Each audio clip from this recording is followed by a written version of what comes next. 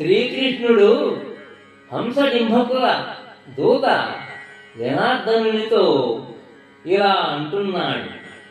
హరిగరమున నేదాల్చిన హరిగరమునాగేన ధీరుడైనం జడడే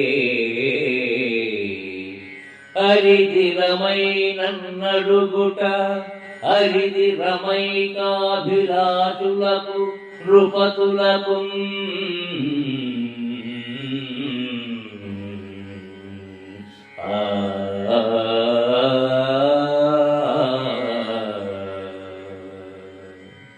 ఈ పద్యంలో శ్లేష ఎంత గొప్పగా ఉందో చూడండి.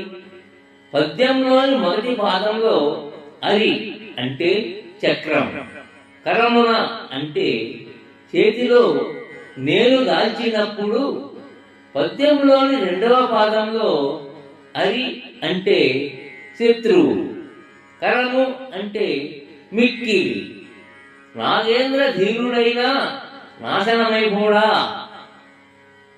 పద్యంలోని మూడవ పాదంలో అరి అంటే కప్పము, స్థిరమై అంటే ధీమాగా నన్ను అడుగుట. ఇక పద్యంలోని నాలుగవ పాదంలో అరిది అంటే అరుదు, ఎవరికి?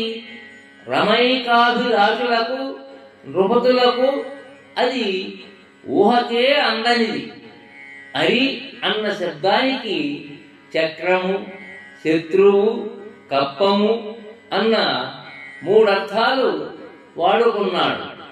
మొదటి రెండు పాదాలలో అరి, గరము అని, మూడవ పాదంలో అరి, దిరము అని, నాలుగవ పాదంలో దిరములో ది ని విడదీసి అరిది రమైకాభిలాషులకు అని చెప్పి అద్భుతమైన శ్లేషాలంకారమును ఇందులో చూపించాడు నాచన సోమనాథుడు.